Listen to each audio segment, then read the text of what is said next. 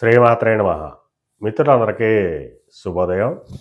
ఈరోజు శ్రీ విశ్వావసునామ సంవత్సర పాల్గొన శుద్ధ ఏకాదశి శుక్రవారం.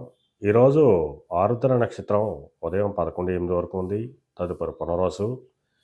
ఈరోజు ఫిబ్రవరి 27, 2026 తేదీ శుక్రవారం. ఈరోజు దుర్ముహూర్తం ఉదయం 8:45 9:32 వరకు ఉంది. మరలా తిరిగి దుర్ముహూర్తం మధ్యాహ్నం 12:38 1:25 వరకు ఉంది. వర్జ్యం రాత్రి 10:25 11:56 వరకు కూడా వర్జ్యం ఇవ్వడం జరిగింది. ఈరోజు పంచాంగరీత్యా ఈ రకమైనటువంటి ఫలితాలు గోచరిస్తున్నాయి.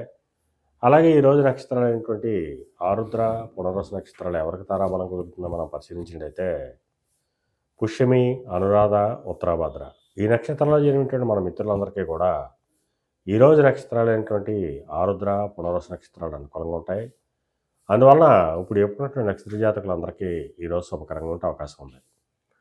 అలాగే ఈరోజు రాశిఫలాలను మనం పరిశీలించినట్టయితే మేషరాశిలో జరిగిన వాళ్ళకి ఆకస్మిక ప్రయాణాలు చేయవలసిన అవసరం ఉంటుంది.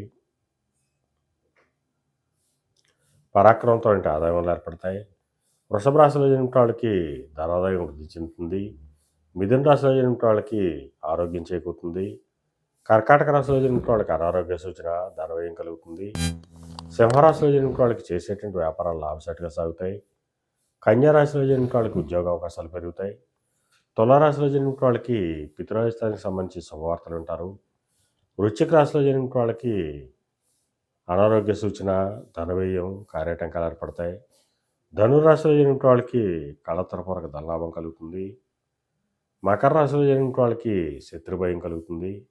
కుంభరాశిలో జరిగిన వాళ్ళకి సంతానానికి సంబంధించిన శుభవార్తలు ఉంటారు. మేన రాశిలో జరిగిన వాళ్ళకి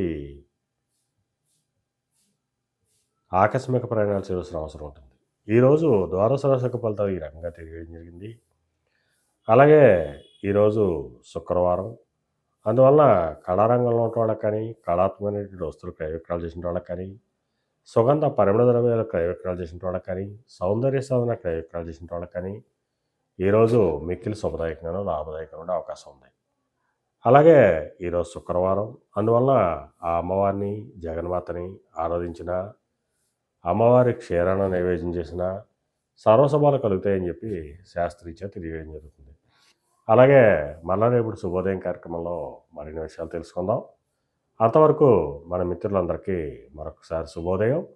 ఇట్లో మీ పెద్దబాబు సిద్ధాంతి, కోలాల మామిడాడ.